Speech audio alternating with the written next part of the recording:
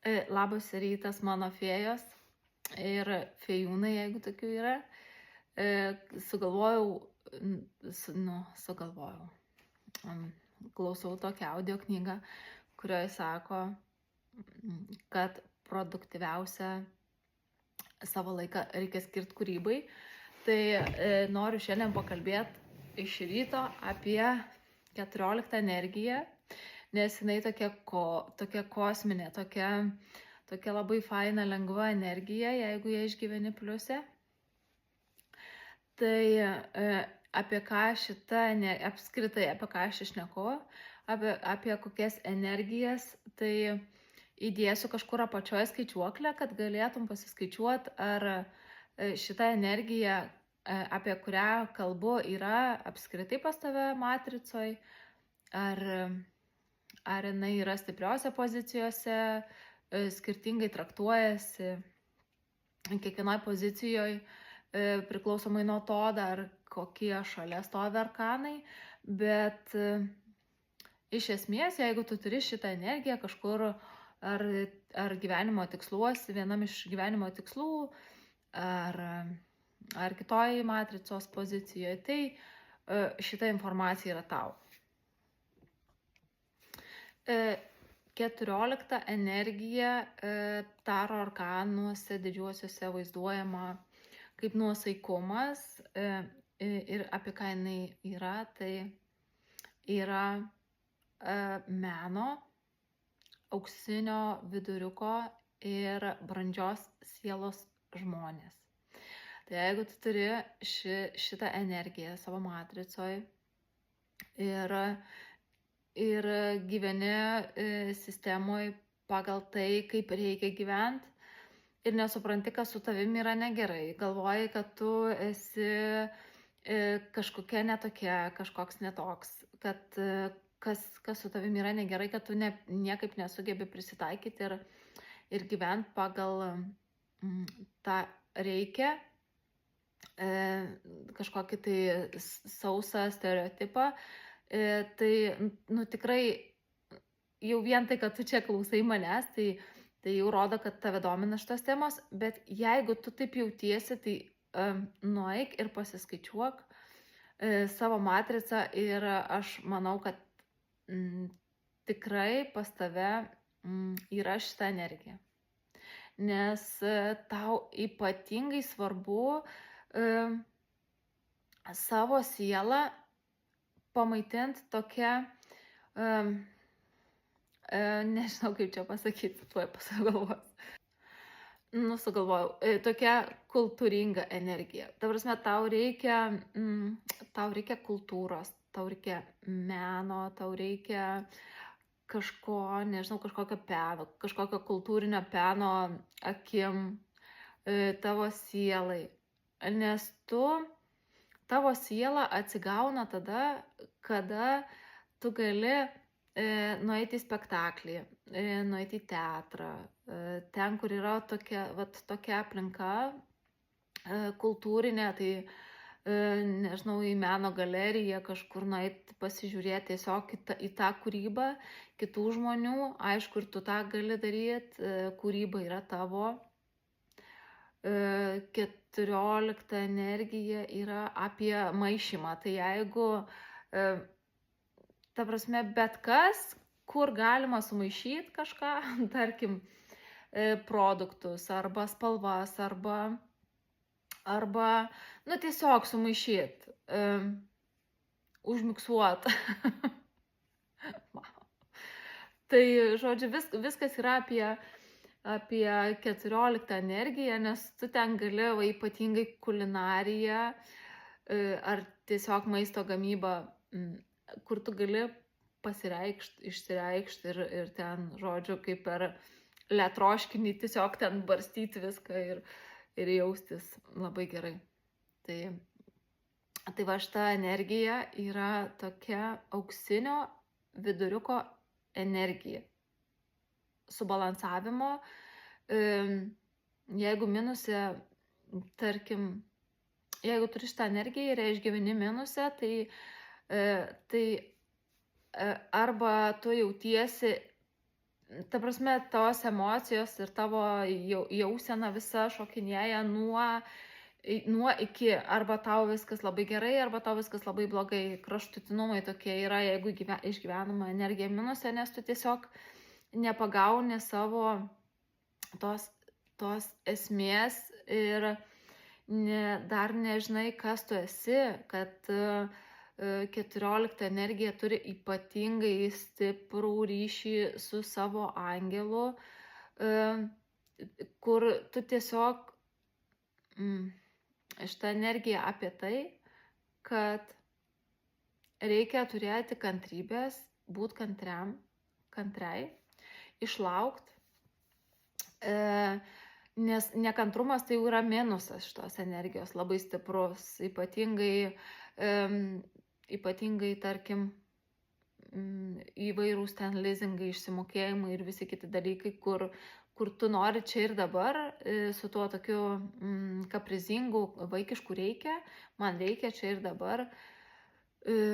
Tai čia yra minusas ir labai nepatartina 14 energijai lysti kažkokias skolas, imti kreditus, lizingų, netgi tuo pačiu lizingu, nors visi dabar ima, bet 14 energija ne kaip visi. Tai tiesiog išlaukti ir labai panašiai kaip ir 10 energija, kuri yra apie tiekmę. Tai tiesiog žinot, kad viskas tau bus duota pačiu tinkamiausiu laiku ir viskas, kas tavo, pas tave ateis. Nereikia perspaust, užsmaugti, ten užspaust ir visko norėti čia ir dabar. Tai šitą energiją apie tą tokį viduriuką. Arba tarkim, jeigu minusas šitos energijos irgi labai stiprus, kažkoks šopoholizmas. Sandra, kalbėk lietuviškai. Tarkim, aš turiu irgi patirties su šitą energiją minuse. Tai yra pirkimas, tokia ateina banga. Pirmiausiai ateina toks noras apsipirkti, tada ateina tokia banga, tu eini į parduotuvę ir varai, ir tokia, net užneša tave. Ir tu varai ir jau paskui ten kažkuriuo momentu atsipeikė, tai greičiausiai, kai supranti, kad tu neturi tiek pinigų, kiek tu ten visko nori nusipirkti, bet čia irgi yra tas 14 energijos minusinė pusė. Tai jeigu pliuse, dabar kažkaip pasistengsiu susisteminti, jeigu pliuse, tai yra harmonijos energija. Tiesiog tu žinok, kad jeigu tu atsineši šitą energiją į gyvenimą, tai tu esi ta harmonija ir tau jos kažkur išorinė reikia ieškoti. Harmonija esi tu. Auksinį viduriuką niekas nesako, kad nereikia tau pereiti per patirtis. Per patirtis pereiti kaip tik yra labai sveika, nes tu tada žinai, kas esi tu ir kas tu nesi ir ko tau reikia ir ko ne. Tai tą harmoniją taip ir atrasi, jeigu dabar dar kažkaip jauti, kad išgyveni tą energiją minuse, šokinėjant tarp kažkokių kraštutinumų, tai viskas su tuo yra gerai, nes tiesiog gryniniesi su šitą energiją ir tas yra tiesiog tau reikalinga, kad surastum viduriuką, kad žinotum ir tą pusę ir prieitum vidurį, tą savo auksinį. Tai pliusas tavo yra tas, kad tu suvoki savo prigimtį, net sakyčiau tokią aristokratišką, tokią didingą, tokią ramę, dėkingą prigimtį, kai gali už viską padėkoti ramiai ir suvoki tai ir gyveni savo ramų, harmoningą gyvenimą. Nes pliuse tu esi žmogus, kuris nekalbės, kada nereikia, niekada nespaus kito, daryti tai, ko jisai nenori. Tiesiog toks ramus, išmintingas, savim pasitikintis žmogus. Tiesiog tau ramu, nes tu žinai, kas tu esi. Ir dar pliuse, tai tu jauti kitus žmonės. Nu, tu todėl ir nedarysi nieko, ko kitas žmogus nenori, nes tu jauti žmonės. Ir kai tu išsigryninsi tą savo auksinį viduriuką, tai priimsi save ir kaip mažas vaikas tiesiog mėgausiesi gyvenimu, kūryba, laisvę. Tiesiog sugrįši į save.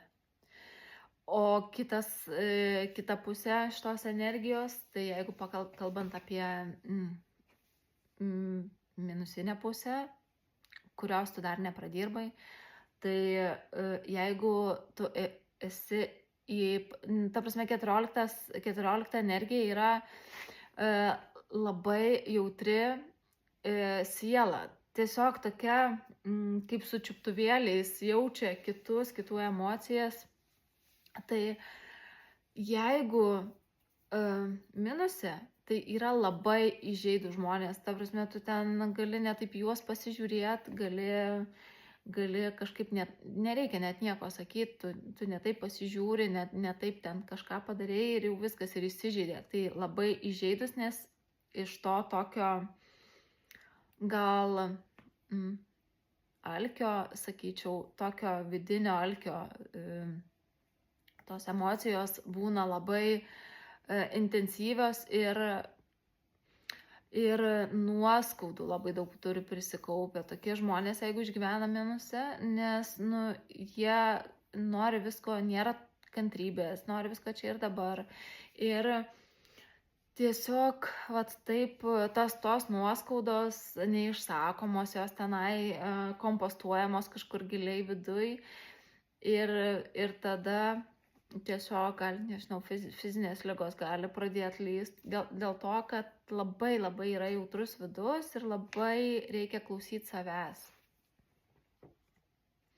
Nes jei tu nemoki subalansuoti to, vėl apie tą balansą ir apie harmoniją, nes jeigu tu nemoki subalansuoti savo vidaus ir tu nežinai, kas tu esi, tai ir kaupiasi tos nuoskaudos. Aplinkai, išoriniam pasauliu, išorinis pasaulis niekada nepadarys tavęs laimingu arba nelaimingu. Viskas yra pas tave viduje. Tai tiesiog reikia dirbti su savim. Šita energija yra apie bet kokius išvalymus, išsivalymus, prasivalymus. Labai tinka, jeigu fiziniam lygmenį, tai labai tinka kažkokios, nežinau, kad ir keto dieta, kuri yra ten tais intervalais, kuriais yra nevalgoma. Daugiau negaliu sakyti, nes nesu specialistas šitos srity, bet galima pasidomėti tikrai apie tas nevalgymo tuos tarpus tokius. Tai fizinis prasivalymas labai tinka bet kokio pobūdžio, sveiki ten natūralūs produktai, žolelių, tarkim, rinkimai arba kažkokie pirtinimosi ritualai labai tinka 14 energijai po vandeniu pastovėti ir nusiplauti visą tą, tarkim, kas ten per dieną nugulė ant tavęs. Bet svarbiausia tai yra susitvarkyti savo vidų, ta prasme tą savo emocinę būseną, išsivalyti ir susibalansuoti savo vidų, nes nuo to priklauso tavo gyvenimo kokybė. Jautrioji sielelė. Jautrioji sielelė. Turiu labai arti tokį žmogų ir Dieve, tiesiog dangaus vaikas. Kitaip negalėčiau pasakyti. Toks, Dieve, toks tyras žmogus. Tai va.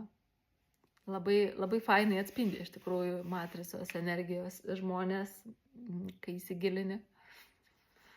Ir labai fainai leidžia pamatyti tas tokias šviesiasias pusės, nes jau čia tų tamsių tai prisižiūri, man atrodo, ir save išsiplakam ir dar su visokiais programom ir visu kuo. Žodžiu, norim matyti kitus blogesnius, negu jie yra iš tikrųjų. Tai va šitos energijos padeda tą šviesią pusę labai fainai pamatyti. Tai kaip periodiškai savo sielą išsivalyti, tai tiesiog, nežinau, meditacijos praktikos, įvairios dėkingumo praktikos, kažkoks tylos praktikos, pabuvimas su savim, permąstymas, paleidimas labai tinka. Ir aišku, iš vidaus labai svarbu mityba ir kad jinai būtų kuo švaresnė ir kuo natūralesnė. Tai jeigu esi pliuse, tai tu kaip magnetas tiesiog trauki prie savęs kitus žmonės, nes labai gera šalia, ramu, jauku. O jeigu minuse, tai labai nekantrus, labai toks pirštai save, atrodo, kad man, nes tas toksai alkis yra vidinis, tai kažkoks nuolatinis nerimas. Tai va, jeigu turi šitą energiją, tai pagalvok, kokiam taške esi tu ir kokią dovaną tu turi savyje. Kaip ir, tarkim, maistas tau svarbus, iš pradžių prasivalyt, tada kuo natūralesnis ir kuo sveikesnis maistas. Taip ir su siela. Galima sakyti, kad tom išvalymo, išpaleidimo praktikom išsivalius ir tada paprašius atleidimo visų pirma savęs, tai galima sakyti, kad irgi savotiškai papildai savo dvasinę mikroflorą dėkingumu. Tai va, tai tas tau irgi labai yra svarbu. Ir gal paskutinis akcentas tai yra tas, kad tau tiesiog privaloma, nors žinau, kad 14 energija šito žodžio labai nemėgsta, bet iš tikrųjų tai labai svarbu užsiimti kūrybą, nes kuriant atgyja tavo siela, tai bet kokio pobūdžio kūrybą užsiimti. Arba bent jau nueit į parodas, į kitą kažkokią kultūrinę veiklą. Tiesiog vat kūryba, auksinis viduriukas ir kantrybė. Nes tu esi brandi siela, tik tai dar kaip spirgas šokinėji ir to nesupranti. Tai, kai nurimsi, priimsi šitą informaciją ir suprasi, kad šitam gyvenime iš tikrųjų tau nieko netrūksta. Tai linkėjimai, susitiksim, iki.